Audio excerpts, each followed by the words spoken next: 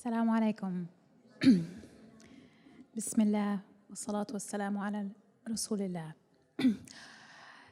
The topic today is on body image, and I think the best place for us to start in discussing this is asking ourselves what really drives us. What are we trying to get done here? Because I think the issue of body image, which broadly speaking is on how people view themselves and their own beauty, is one that we have to unpack a little bit, one that we have to go a few layers deeper and really ask, where are we getting our definitions of success? And I think it's a broader issue, it's a broader conversation than just how we view our physical beauty. If we think how we're defining our success in life, what does that look like? You know, I was just invited to my 20-year high school reunion this summer. So you can do the math and figure out how old I am. And unfortunately, I wasn't able to go, but I was thinking about what it feels like to go to a 20-year high school reunion. And what they essentially are you know, you get together with your old classmates and you compare who is most accomplished, most successful. And if you think with me how success is defined at a high school reunion, it's who has the coolest job, who has the most money, who's driving the best car, who looks the best, right? There's all these diet programs that'll tell you lose 20 pounds in a week for your high school reunion. It's this whole industry. If you have a family whose kids are the most successful, especially in our community, we compare children. But if you take a step back and think about how we're supposed to think about success, it bears absolutely no resemblance to any of this criteria. And it also helps us understand how we should view this idea of beauty and body image. I've really been thinking a lot and writing a little bit on the simple concept of how the Quran defines success. And one simple, very succinct ayah that I've really been reflecting on is this. Bismillah ar-Rahman ar-Rahim. قَدْ أَفْلَحَ مَنْ زَكَّاهَا. It simply says, successful are those who purify it, referring to the nafs, referring to the soul, to the heart. If that becomes our criteria for success, if that truly, in everything we think about and in everything we do, truly becomes our criteria for success, we would see things completely differently. If your experience in high school or in college was one where you weren't the most popular person, if your experience in your adolescence as you were growing up was one where there were a lot of struggles, where you dealt with bullying or you dealt with being ostracized, where you weren't the one that fit in, where you weren't the one who had people lined up dying to ask you out. Were you successful or unsuccessful? The answer is, it depends on how you responded to that. If that kind of an experience drove you to dig deeper into yourself, turn back to Allah, and ask more profound questions at that age than your peers, and as a result, purified your heart, then you are very successful. If your experience of life is one where everyone praised you, you were the perfect child, the most beautiful girl or best-looking guy in school, and everything was perfect and easy for you, and that resulted in a superficial understanding of life, then you were a horrible failure. But to define success, to reframe success for ourselves, is something we have to start with.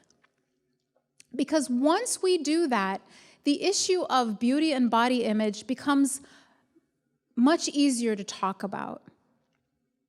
Why are we talking about body image? Well, because there is a very defined and well-known standard of beauty that we all are exposed to, that we all are dealing with. And at your age, looking at this awesome audience, most of you, you're probably thinking about marriage.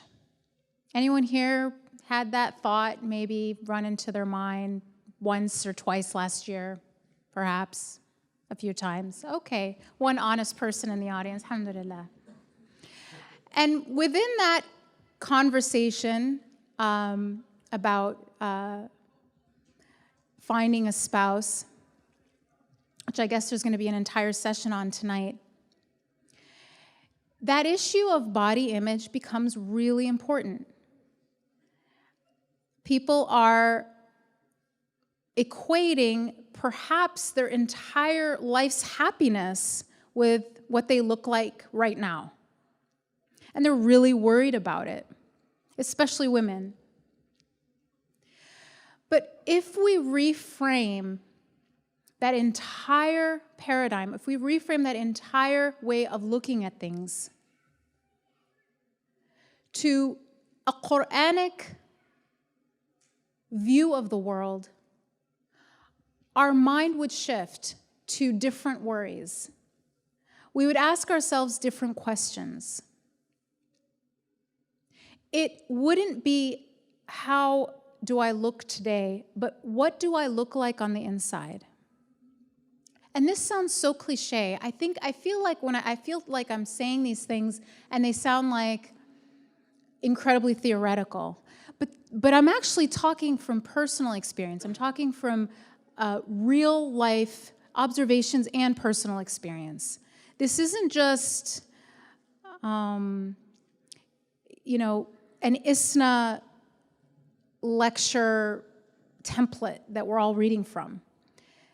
This is real. This is real life.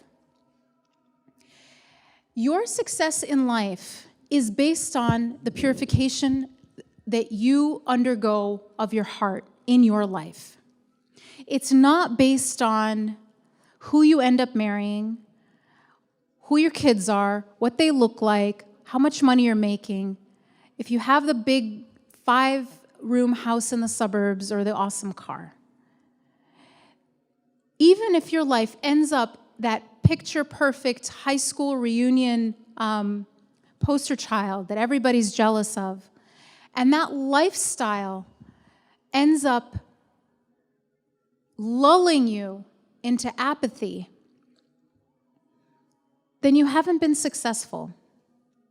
If your life is full of struggles, one hardship after another, one disappointment after another, and that drives you to rethink your priorities and dig deep into your heart to purify and turn back to Allah, then you've had an awesome, successful life.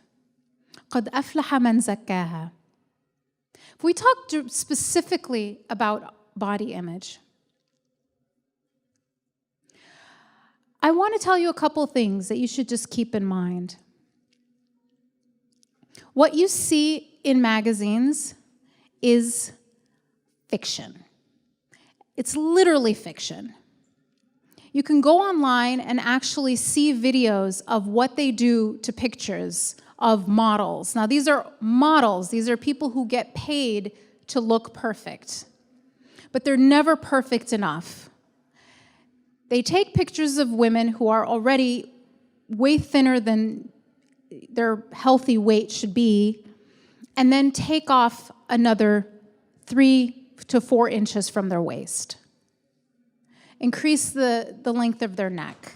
Increase how long their legs are. And that's what you're seeing.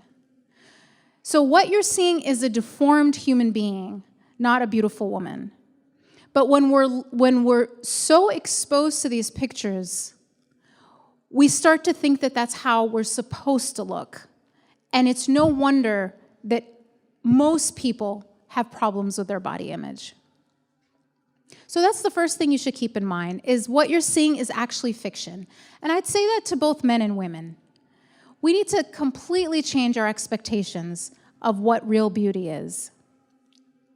The second thing you should keep in mind is it is so fragile and temporary.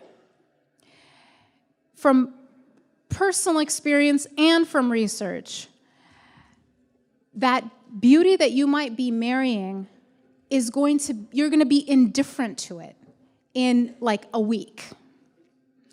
If you're going to marry someone because of the way they look, it will not matter to you a week later. Beauty, this idea of beauty is skin deep, it's literally true. It will not matter. The things that really endure in any kind of book on relationships is how well people understand each other. And anyone with real wisdom who really wants a relationship that's going to work long term, looking for the way someone looks as anything more than one of 20 different criteria will end up in a lot of disappointment, because it just doesn't last. It's not that beauty doesn't last. That person could look that way forever.